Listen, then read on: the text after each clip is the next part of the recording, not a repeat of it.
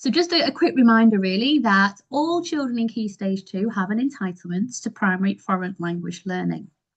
Sounds fairly obvious, but actually we know that in practice that may or may not always be the case. As a backup to that, we've got some nice quotes here. One from Goethe who says, "Those who know nothing of foreign languages know nothing of their own."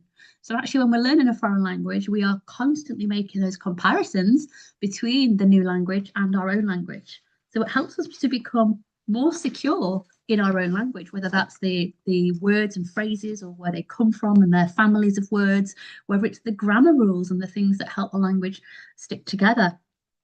So if we think about the bigger picture, we're actually doing our children a big favour by allowing them primary foreign language learning. The strategies you use across the curriculum for inclusion, which you will probably be doing day in, day out, for all learners, can also be used when teaching primary languages. So it's not like you've got to learn a whole set of new strategies for your French, Spanish, German lessons. I'm sure what you're doing in other areas, you can pick up and transfer across to languages. And as well, whichever strategies you implement to support learners with additional needs, that will no doubt benefit all the learners in your classroom. So there's a nice way of framing it really, that whatever support you put in place is more like a scaffold. Those who need it from one day up to the next might be different, or from one child to the next might be completely different. But actually you're putting things in place which potentially benefit all children in your classroom.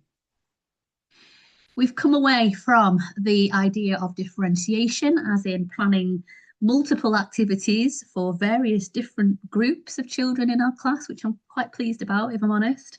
And we've moved more towards a no ceilings approach. So when we're teaching languages, we are ambitious yet realistic for all the children.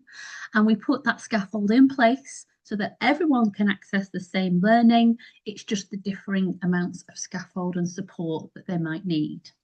And those needs that are present in our classes, I'm just going to include a list on the screen now, and it is a non-exhaustive list. So I'd like you to have a look at them and think, yeah, I see this, I support with that, but actually Kate's not mentioned this. So do add into the chat if you think there's something I don't have on my list, because the range of need is potentially very vast.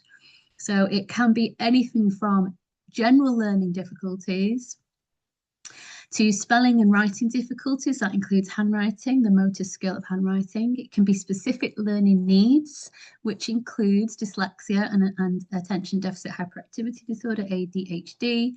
It can be autistic spectrum conditions, reading difficulties, hearing impairment, visual impairment, memory and processing or concentration issues, organizational and therefore processing difficulties, social and emotional and possibly behavioural difficulties, concentration, low self-esteem. And then what I've also done is included EAL and extending challenge on here. EAL, I am very aware, is not part of the SEND remit. So it is not, English as an additional language is not classed as a special educational need.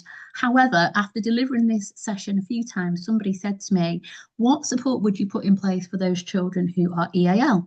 And like any need, it depends on the child, but I have got a slide that I've slotted into this session with some top tips for supporting children with English as a second language. I've also included a slide on extending challenge, because often we think about needs as a deficit, as something that we need to support with in terms of allowing children to get to the level of the majority. However, it can be that some children need that push and need that stretch. So how to go about it in languages is also another great question. So I've added a slide in for that as well.